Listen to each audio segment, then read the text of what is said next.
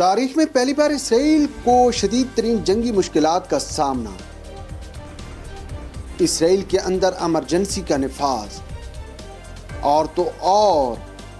ایرانی حملوں سے جہاں اسرائیل ہل رہا ہے وہیں امریکہ کی بھی چیخیں نکل رہی ہیں۔ امریکن سفیر کہتا ہے کہ یہ رات اسرائیل کے لیے شدید ترین مشکل رات تھی۔ اسرائیل ایران جنگ کی بات کی جائے تو اسرائیل ایران جنگ اس وقت بڑھتی ہوئی نظر آ رہی ہے۔ کل جس وقت اس جنگ کا آغاز اسرائیل کی جانب سے ہوا تھا، اسرائیل نے اپنے 200 طیاروں کے ذریعے ایران کے اہم ایٹمی تنصیبات، اہم ملٹری کی شخصیات کو نشانہ بنایا۔ ایران میں صبح کے 4 بجے کے قریب دارالحکومت تہران کے قریب دھماکوں کی آوازیں سنی گئیں۔ اس کے کچھ ہی دیر بعد اسرائیلی وزیر دفاع نے تصدیق کی کہ اسرائیل نے ایران پر حملے کر دیے ہیں۔ ایران کے سرکاری میڈیا کے مطابق ایرانی فوج کے chief of staff Mohammad Bagheri, پاسداران انقلاب کے کمانڈر ان چیف حسین سلامی اور جوہری توانائی کے تنظیم کے سابق سربراہ فریدون عباسی اس حملے میں ہلاک ہو گئے ہیں۔ ایرانی سرکاری ٹی وی کی رپورٹس کے مطابق حملوں میں شہری علاقوں کو نشانہ بنایا گیا اور ہلاک ہونے والوں میں بچے بھی شامل۔ اس کے بعد یہ سوال اٹھایا جانے لگا کہ ایران کا دفاعی سسٹم کیا اس قدر کمزور ہے کہ 200 طیارے ایران کے اندر داخل ہوتے ہیں اور وہ اس قدر مہارت کے ساتھ اپنے ٹارگٹ کو ہٹ کرتے ہیں اور پھر بخیر و عافیت واپس بھی چلے جاتے ہیں۔ کل کے اس حملے نے ایرانی دفاعی سسٹم پر بہت سے سوالیہ نشانات کھڑے کر دیے۔ اب ان طیاروں کے بارے میں بہت سی تھیوریز بھی گھڑی جا رہی ہیں کہ ان طیاروں نے آخر کون سا روٹ ایران کے لیے استعمال کیا ہے۔ اب جہاں تک میری ذاتی رائے ہے اس کے مطابق تو یہی لگ رہا ہے کہ ان طیاروں نے نچلی پروازوں کے ذریعے ریڈاروں سے بچنے کی کوشش کی ہوگی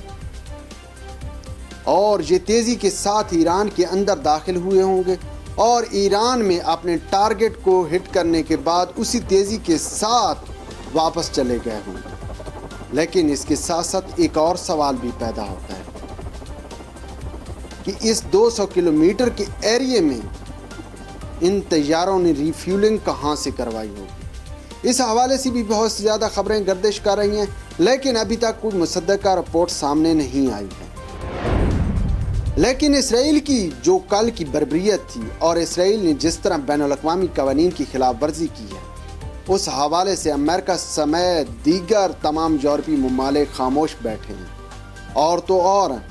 برطانیہ، فرانس اور جرمنی نے یہاں تک کہہ دیا کہ وہ اسرائیل کی ان حملوں کی حمایت کرتے ہیں، جبکہ یہاں پر یاد رہے کہ کسی بھی ملک کی جوہری تنصیبات پر حملہ کرنا بین الاقوامی قوانین کی خلاف ورزی سمجھا جاتا ہے۔ 1981 میں جس وقت عراق کے ایٹمی ری ایکٹر پر حملہ کیا گیا تھا اسرائیل کی جانب سے، تو اس حملے کو اقوام متحدہ نے بین الاقوامی قوانین کی خلاف ورزی قرار دیا تھا، مگر اس بار اسرائیل کی جانب سے جو ایران پر حملہ کیا گیا ہے،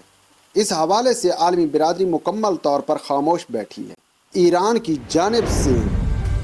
کئی درجن میزائل اسرائیل کے اوپر داغے گئے۔ ان تمام ایرانی میزائلوں کو روکنے میں اسرائیلی آئرن ڈوم سسٹم مکمل طور پر ناکام نظر آیا ہے۔ ایرانی میڈیا کے مطابق انہوں نے تل ابیب میں اسرائیلی وزارت دفاع کے آفس پر حملہ کیا ہے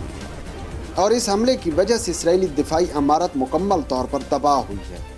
اس کے علاوہ ایران کے کئی اور حملوں میں تل ابیب کے اندر بہت سی اور سرکاری عمارتوں کو نشانہ بنایا گیا ہے اور اس وقت تل ابیب میں مکمل طور پر تباہی نظر آ رہی ہے، جبکہ اسرائیل سے لے کر امریکہ تک سب سر پکڑ کر بیٹھ گئے ہیں کہ یہ کیا ہو گیا، اور صورتحال اسرائیل کے اندر اس قدر کشیدہ ہو چکی ہے کہ اب اسرائیلی وزیر اعظم نتن یاہو ایرانی عوام سے اپیل کر رہا ہے کہ وہ اپنی حکومت کے خلاف نکلیں، مطلب ایرانی عوام کو وہ بغاوت پر اکسا رہا ہے۔ اور ایران کی جنگی حکمت عملی کی بات کی جائے تو ایران اب رکنے والا نظر نہیں آ رہا۔